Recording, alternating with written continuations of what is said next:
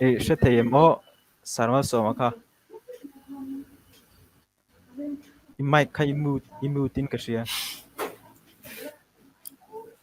oh de khan ka sha thai in sha thai em ko trong kan she thei in trong kha ka sha tia mi alo in sha thai em self introduction min pek sak torin kan lo be sei che tu na hian ole ka ming chu Malsawmdawngzela ania bil kho thlir khua kania chuan class 10 hi hemi bil kho thlir ti robat high school atangin kazir choka chuan class 12 hi oikos higher secondary school la kazom kazir class 12 ka pass nu hian Indian Navy a hian katang ve zoka exam ko pe ve SSR senior secondary recruits an ti khania chuan khami ka ti chun zom to ka ti chun zom tak lo wangin engineer lampanga khan ka tilia engineer lampang line khan entrance state entrance ka exam kha kap pe ve le a ta chuan Mizoram quota khan ka tling ve le lawa chuan ta chuan electronics branch electronics ka kala a chuan ka qualification chu BE electronics ne chu mi thang chu ni phot mai te se ke ma self introduction bi ka tan chuan kan she tongin introduction kharon pe chi alo a mai ro chu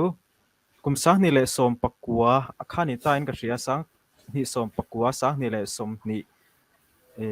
MPSC hnuaia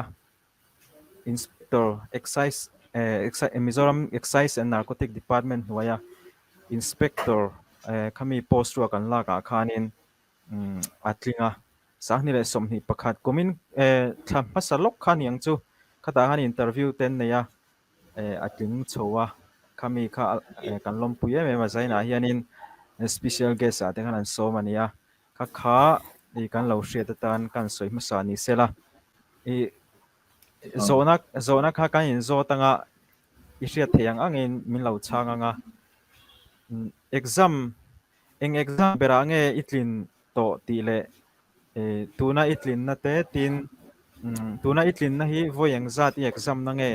yang chi te khang khat yang chho kha minan hril masala thange chan chu pakhate te ga in zo don chon inet a thalu tuk si lawa a clear tu ta na ni nom lu tukang ti hlo ma chu wang chuan i soi tur anga om i hriat ang chi entinan voyang zat nge exam i pek to a i bei to a tin voyang za nge hnai lo zon to tin voi khat nai tlingem tiang chi te kha tiang chi kha apoi mong chi te khami han soi sak zung la athange i soi kha chiang mak lo ma se a then lai tlem ka chu ka hra thaya khami mil khan kan lo chang chenga hani chon exam hi keima hrim hian ka MPSC bi atan thur bing taila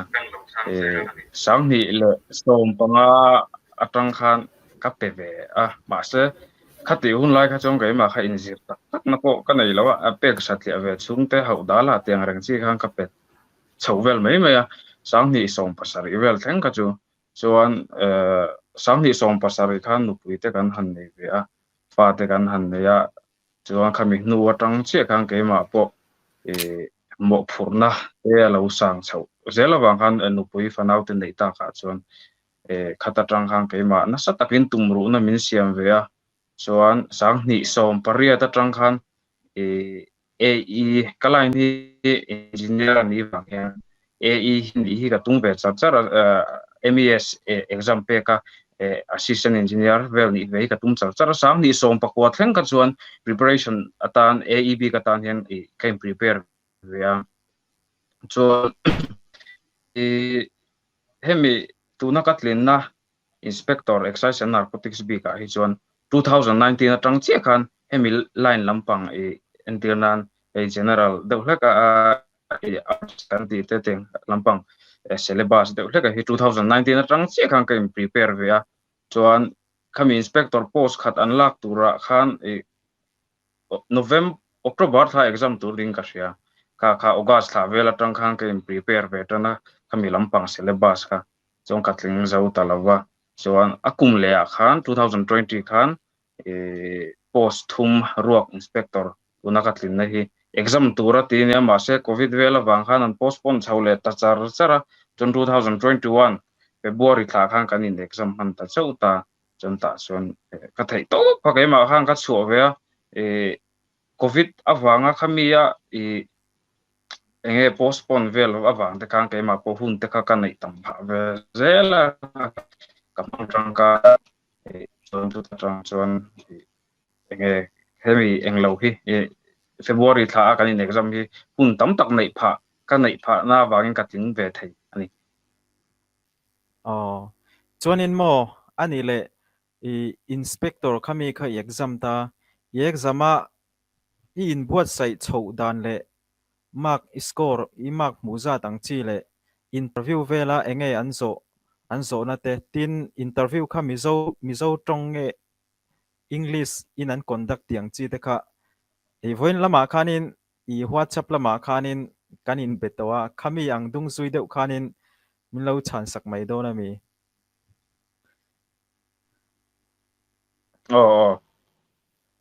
ye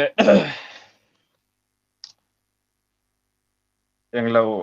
hemi message samha min lo thon dan tlang pui tang hian ei tong kha chiang lo to ka hemi message vel tang hian ka lo chang me nge tuna tak hian ama sabera ka in prepare dan hi ti maila ka in prepare thalo berte jinga mi kani ka in ringa ti maila ka ma po pathian wang leo ni ka wan nei wang ani englo ka in prepare dan tlang pui hi han soi veila ni khata hian routine hi ka in siama jing dar sari atanga dar riat atanga chokan ei chung dar riat atanga dar som thleng kha choi chung atang ka in da ta ka break atan chon dar som tu som pakhat khan som pakhat tu som pahnih kha tiang khan keima kha ka hun pum pui do tho kha ni leng hunang kha le khasir na tan bi hrim ka in da topa na han tho chang te om ve tina nu pui fanau te han nei ve to chuan han in lo mi noi han lo ve lop ti ang reng chi te kha tiang te khan san lama te ka in en ve le tlang pui thu chuan ka in prepare dan bi ka chuan ka nu le pa te support na ka don that pakhata chuan ka don that wang hi ni boka emia hian nileng na deuh tho hian ti maila ka hun hi ka mang thei in prepare na hrim big na tan chuan tu chu lo ni ta sela chuan posting na hun hi tuna hian scholarship hian min posa khitilai khong puilam Excise Narcotics anita assistant commissioner thutchil anita chuan inspector biga khan marksheet hi kalala chuak lawa ka in exam na kha ama acquisition atanga keima in shoot dan vel ne atanga kan zon vel le atiang vel kan ti tang kha chuan ka in shoot dan chuan 70% hi chu overall jong cross chu ka in ring ve ka in base ve a paper 1 English hi ka weak point hi nia keima big shim a chuan English hi grammar le essay writing hi ka hu phur thei mema ka ti chen na hi ni reng boka hemi hi min pot niam zia chuan paper 1 English paper 1 bi ka phei kha chuan tun inspector a khan mark za a khan mark som nga vel bak ka in shoot lova atam bera chu bo mark som nga ka in da chuan paper 2 bi ka hian mark za khan English a paper 2 a mark za khan 73 borvela ka in da chuan GS paper 1 2 3 om le a avai na total mark hi 800 ania chuan GSB ka hian paper 1 a hian question za oma question pakhat khan mark ni zela puta a chuan khata khan question za khan question somsari le pariat borvel ti dikang khan ka in chuta chuan GS true a hian question za a question za ko somriat aning ka ria teng borvel ang khan ka in chuta chuan paper 3 GS3 hi ka ti chede ule ka GS3 a hian tun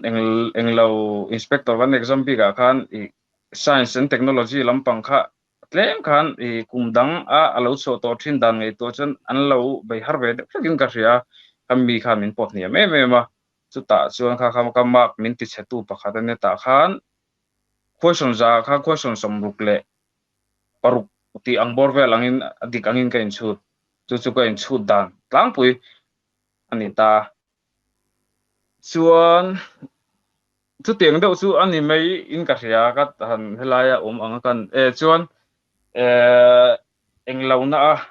min zo tlang pui chu interview na vela min zo tlang pui chu mizo tong hian ang kon daka interview hi MPSC tu ama chu English hian an ten ma se tun nai chho vela hian mizo hian an war ve le deuh hlek an te mizo tong kon dak hi English khan pakhat chu min kon daka englo oil palm chung chang vela national khami tuna modian notice big tana lo propose semi oil palm vel khami chung chang kan ngai dan vel khamin zota chuan ahma saber achong kan chairman khan min zo chu keima background le enge ka qualification keima family enge khateng chung chang velang chi zong khamin zota chon tu mi zo excise commissioner khan asira khan excise commissioner kha thua chuan chu chuan enge zu in ngai em tiang rang chi tlema a basic de ulek le enge a shal chua a supply le a demand te hi engtinge kan ti zia om thayang tiang rang chi khatyang vel te kha nia chuan kan chairman kham pakhat min zo le pakhat chu keima line lampang de ulek ang as chan chi nia excise department a hian engtinge electronics engineer electronics engtinge kan man tangkai a engineer big in electronics engineer engte kan man tangkai thayang ti kham zot le a chuan kan board member dang pakhat khan khami current affairs a hei one liner kan tiang chi a chan zung thei turang chi khamin zot nem le a chu deuh zong chu ni mai min zo a bak chu han englo bak soi deuh tur han hriat deuh fak ta nei to lem lo ani le mo atop ber atan kan ti mai nga atop na poni lo mai thaya ani le tuna i hna khani lung oi to kem adang entian UPSC le MPSC hnuaia na dang vel khati chun zom zeli tumem khalai te kha tuna hri chon kei ma bi ka chong ka lung oi ve hria a chan chu he department hi timaila kan senior te tu hete kan thove ta huwa chon an soidan chon inspector bi ka hi direct recruitment ang chi hian an lo lakhat ve de hlek a chuan tuna a thok sa te hi an mani hi an lo senior ve deuh to a an mani chung ang chi assistant commissioner ti te deputy joint ho te po kan tuna atling ho bi ka hi kan chan se hi akai sa na chan se a tha ti ang chi vel khan min han hril ve a hemi wang hian enge kan tan chan sa that em wang hian ti maila adanga thalo ka ti na ni lovin ama ro chu hemi wang hian dadang a hi min zon tuiti lo pha ti mai ang ka zon chak wak lo pha ani le mo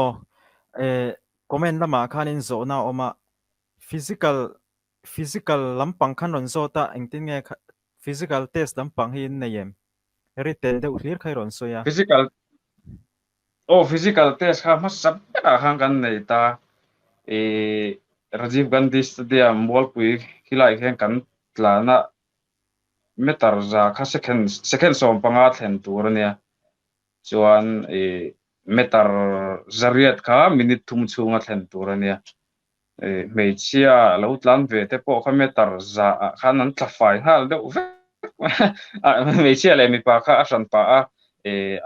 enge siamang chiang ma kha de criteria kha asang silawa ami pa le meichia kha nei ang ve box se chuanin khami physical bi kha chuanin mark apulo ta in qualify kha chuan a tok mai ta to physical chon mark apulo ani ni tak chu ani chuanin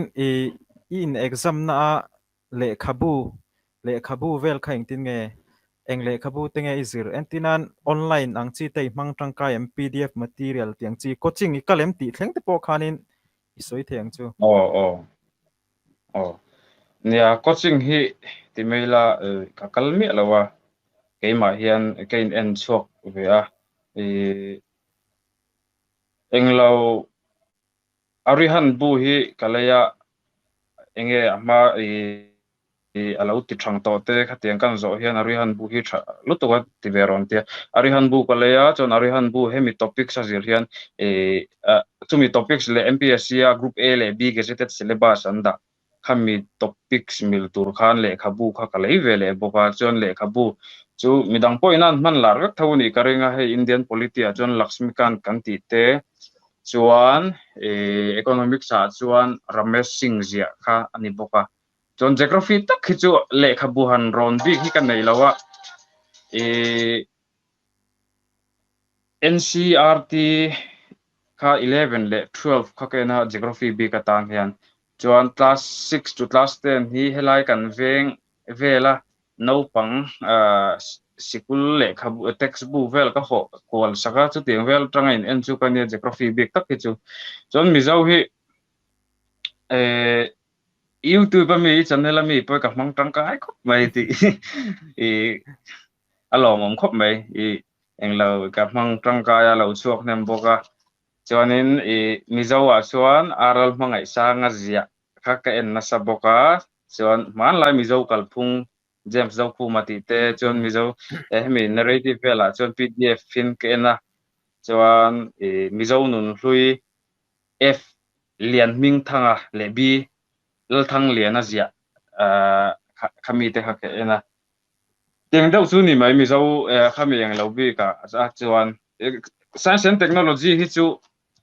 current affairs mi hi in update a khami atang khan ni mai science and technology big anga ka zil chu group A B syllabus anga tan chuan gazetted syllabus anga tan chuan ani le khami inspector hi gazette officer chin ni ta tero alanda na kha chongor chu lok kan soi zo kan soi chun zom le lok anga chuan chu mi le khabu ho chu ka enak tikhana topics a ka zir timela ri hana tang kha ka thlan chua kha khami mil khana textbook ka siara chuan textbook mi kha ka list out veka chuan ari han bu hi ka by heart han timela by heart chu ni chong lovin ka shadow fai veka bu chunga mi hi chuan chumi le a textbook en nen chuan net website lampang hi ka ton le a timel hei Indian Bix exam veda ti te computoi ti te ta hian objective type in an lo da thina hemi objective type an lo da kha keima in test na tan ka mang thina chong khata in test a ka thiam lo ho kha ka list chuak le feka phone atang hen ka zira ka laptop a sia ta wang hian ka mit poi ha pha ve thin ema chuan ka list out le veka a cha tampo tam ka list out ta kai chuanin khami kha ka ti zo vek nuwa ka revise le khata ka share lo ho chu tiang chuan ni mai ka eng lo dan deuh tlang pui chu tayan zo na oma I chan chi ni ka ringa inspector ni hi ka chak ma kamit myopic eye minus 2.75 ber hi ka problem ania tia amit thalo minus 2.5 vel hi enge ishemialem physical lanena mit lampang vel tak ang hi an ti lem lo in ka sia an check lem lo kan eng lo na kha chuan an lo ti thar te ni ngot lo chuan tu eng lo khami atlan gong gorang kha ni mai an amit vel thalo kha chu eng ba kha tiang kha chuan en nan nei lo ani le fit chungchang khan on zota fit vel heng 5.4 vel ami kha 5.4 mai pa in ani tak chua ani le atop na te po ani to nga top lampang soi mai kan nei choni soi thei thonga enge zirlai te tan inspector kherlo poni anga na zong pui te tan yang chu khang te tan khanin enge I har sat na to ten tin an voi khat voi ni I exam na tling chui ni lawan nang po khanga khanin eng tiang encouragement nge kan nei anga eng tianga in buat sai tur nge tiang kha fuinang ni pa khanin min han soi sakla han soi em tur ka shalo ma se ka tia tun lai zir lai no pang tam tak hi ka tia atam zok hi an nia tumru na tak tak le ti tak tak na nun hin nei lo hi ka tia masap ra jon ti tak tak le tum tak tak na hi apoi mo masap ra jon pathian chu ani ama ro chu khamia dot tu vela kan tumru na le be tak tak na ti tak tak na kha apoi mo ma tumru na le ti tak tak na kai ma ni kan kal lo chuan entirnan na kan exam na te po kan tlin lo chuan khan kan lo be don na ten ka tin thei chong lo ti khan min zui anga ka tiang zong zong te khan ke manin kan tuma be don hara kan ti tak tak na nun ne na kan be hi thain ka sia thil pakhat hau deuh si ma se kan room a hian katara anui za thak mai thei boka iom mei lai khan mi te chuan le khan lo zir char char rela sin ti hi katara kan zir lo chang deuh te hian kan en le thina ka tangkai pui khop mai hetiang anga enge room ma ni engo khatiang chi han ti ve mani le mani te po phur lo chang kan nga ve le khazir te hi atui reng bik lo khatianga mani le mani in ti phur ve na na khatianga han tar te mo tar khel lo pon khatiang chi thil ti dan ngei tu thiam te poi mo ka chi ani le thil pakhat le chi amo chu izo question kha ya oma ti ve du tan lo in prepare dan tur atia hemi kan highlight anga ti ve du tan lo in prepare dan tur kha khonga in atia chu syllabus te yang chu tin athil dang dang te akong mang kha toy te khanin en soi thengem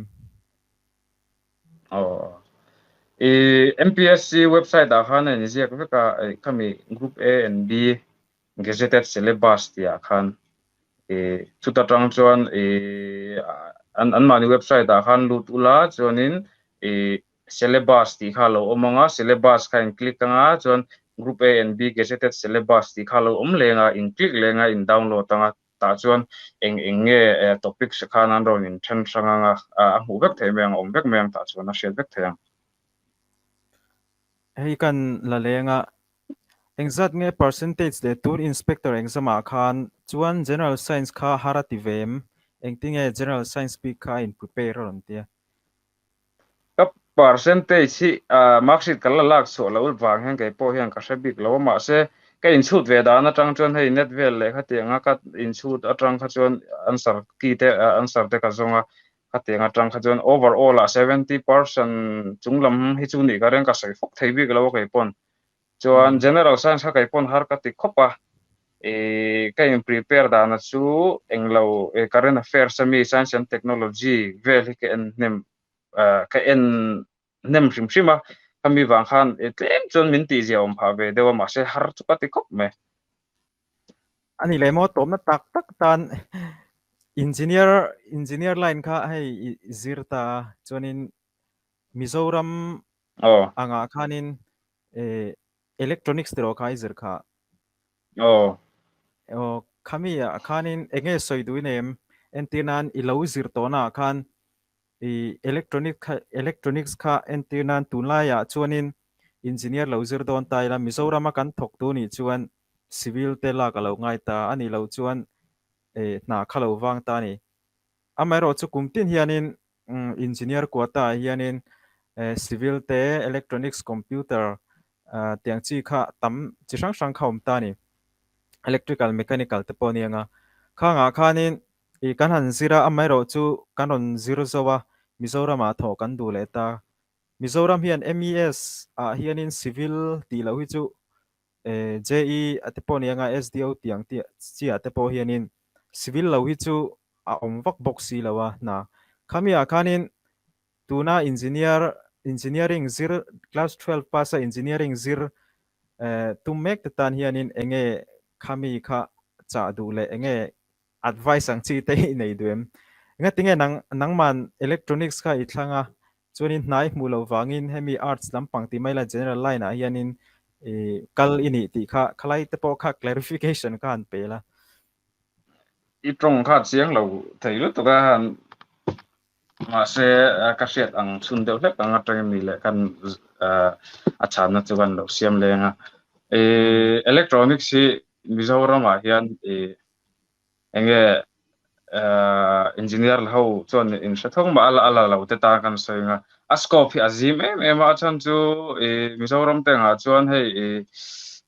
a thove theina berom chuna chu telecommunication kan ti ma hian kei po kum ni borvel chu ka thok ve mana telecommunication chu hei Airtel Aircell Jio kan tiang rem hetiang hi ni meita chuan hetiang lampang a hian a thove the lewa electronics and telecommunication ti ang rem ne electronics ti te tan po aba ka hi chuan thona tur hi awang em a MES a hian